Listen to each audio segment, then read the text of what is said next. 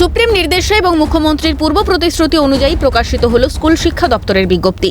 তবে নিয়োগ বিধিতে এবং নম্বর বিভাজনে আনা হয়েছে বড় সড় রদবদল। যেমন আগে 55 নম্বরে হলেও এখন 7 নম্বরের লিখিত পরীক্ষা হবে। শিক্ষাগত যোগ্যতার উপর থাকবে সর্বোচ্চ 10 নম্বর। সরকারি ও সরকারি সাহায্যপ্রাপ্ত স্কুলে পড়ানোর অভিজ্ঞতায় দেওয়া হবে 10 নম্বর। লেকচার ডেমনস্ট্রেশনে থাকছে নতুন করে 10 নম্বর। ওএমআরে নেওয়া হবে 25 নম্বরের লিখিত পরীক্ষা। ইন্টারভিউয়ের জন্য বরাদ্দ এখন 15 নম্বর ইত্যাদি।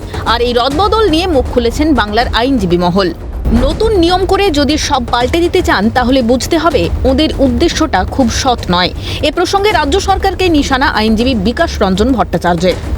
সবকিছু গন্ডগোল পাকাবার জন্য, কারণ সুপ্রিম কোর্টের রায় অনুযায়ী 2016 যে নিয়োগ প্রক্রিয়া বাতিল হয়েছে, সেই 2016 যে নিয়োগ প্রক্রিয়া তাকে পুনরায় নিতে হবে। সেই সময় যারা পরীক্ষার্থী ছিলেন তাদের সকলকে সুযোগ দিয়ে তাদের মান নির্মাণ করতে হবে সেই নিয়মের ভিত্তিতে। এখন ওরা নতুন নিয়ম করে যদি সেটাকে পাল্টে দিতে চান তাহলে বুঝতে হবে ওদের উদ্দেশ্যটা খুব সৎ নয়। তার মানে সরকার চাইছে যে আবার একটা গন্ডগোল হোক এবং করে সমস্ত নিয়োগ প্রক্রিয়াটা বন্ধ হয়ে যাক। এই সরকারের উদ্দেশ্যটা যাই হোক সৎ উদ্দেশ্য বলে মনে হচ্ছে না।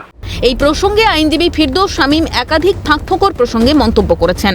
তার দাবি, এখন একাডেমিক পারফরমেন্সটাকে একেবারে কমিয়ে আনা হলো। কেউ যদি মনে করেন ডেমনস্ট্রেশন আমার পছন্দ, 3rd ডিভিশন পেলেও তাকে 10-এ 10 দেবেন। 3rd ডিভিশন পাওয়া ছেলেমেয়েগুলিকে 20-র মধ্যে 20 দিয়ে তাদেরকে সিলেক্ট করা হবে। ধরুন ইন্টারভিউ এবং ওরা লেকচার ডেমনস্ট্রেশনে 20 রাখার অর্থ হলো এইটা একজন স্বেচ্ছাধীনভাবে তারা নাম্বার দিতে পারবেন। আর এই রিটেন এক্সামিনেশনের নাম্বার বাড়িয়ে একাডেমিক কোয়ালিফিকেশনের নাম্বারটা কমিয়ে যে 35 থেকে 10 করলো, তার ফলে কি হলো? তার ফলে যেটা হয়েছে সেটা হচ্ছে যে একাডেমিক পারফরমেন্স যাদের পোর তারা যদি রিটেনে বেটার পারফর্ম করে, এবার রিটেন কিসের উপর ডিপেন্ড করবে? প্রশ্নপত্রের উপর। প্রশ্নপত্র কালকে লিক হয়ে যাবে না বা প্রশ্নপত্র দিয়ে দেওয়া হবে না, এর কোনো নিশ্চয়তা নেই। দ্বিতীয় হচ্ছে, আগে ইন্টারভিউ ছিল 10, এখন ইন্টারভিউ 10-এর সঙ্গে ওরাল ডেমনস্ট্রেশন 10 যুক্ত হয়েছে। তাহলে 10-10 20, এই 20টা সম্পূর্ণভাবে নির্ভর করবে যারা ইন্টারভিউ নেবেন তাদের উপরে। এটা সম্পূর্ণভাবে ডেমনস্ট্রেশন নির্ভর করবে যারা এই ডেমনস্ট্রেশনটা লেকচার ডেমনস্ট্রেশন নেবেন তাদের উপরে, তাদের স্বেচ্ছাধীন ক্ষমতা। কারণ মনে করবে 3rd ডিভিশন পাওয়া ছেলে, সেও বেটার পারফর্ম করেছে বলে তাকে এই 20-র মধ্যে 20 দিয়ে দেবে। কিছু লোককে বাড়তি সুবিধা করার জায়গা করে দেওয়া হলো, এটা করা সরকারের কোনোভাবেই উচিত হয়নি।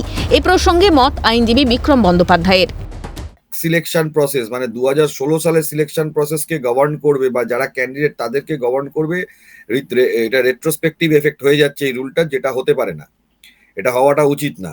দ্বিতীয় কথা হলো, সুপ্রিম কোর্ট খুব ক্যাটেগরিক্যালি বলেছে যে যারা ফ্রেশার, যারা 2016-এর সিলেকশন প্রসেস তাদের নিয়ে ফ্রেশ রিক্রুটমেন্ট করতে হবে। এখানে যেটা করা হয়েছে 10 নম্বর টিচিং এক্সপিরিয়েন্সে নিউ রুলে দিয়ে দেওয়া হয়েছে, তার মানে কিছু লোককে বাড়তি সুবিধা দেওয়ার একটা জায়গা করে দেওয়া হলো। আরো একটা বিষয় যেটা দাঁড়াচ্ছে সেটা হলো যদি নিউ ক্যান্ডিডেটরা এই সেম পরীক্ষাতে বসে 2016 সিলেকশনের প্রসেস, এটাও একটা পুরোপুরি রুলের মধ্যে একটা গন্ডগোল সৃষ্টি করে রাখা হলো বলে আমার অভিমত। এবং এটা নিয়ে তো হাইকোর্টে বা সুপ্রিম কোর্টে তো মামলা হবেই, কারণ এটা এরম ভাবে জিনিসটা করাটা সরকারের কোনোভাবেই উচিত হয়নি। এসএসসি নিয়ে জট যেন কাটছেই না, একের পর এক গেরোয় বজ্র আঁটুনি নিয়োগ প্রক্রিয়ায়। কি হবে অবশেষে? আদৌ কি মিলবে সমাধান? প্রশ্নগুলো জানা হলেও উত্তর তো অজানাই। ক্যামেরায় জ্যাকি সিং এর সঙ্গে রাজা সাহার রিপোর্ট, ক্যালকাটা নিউজ।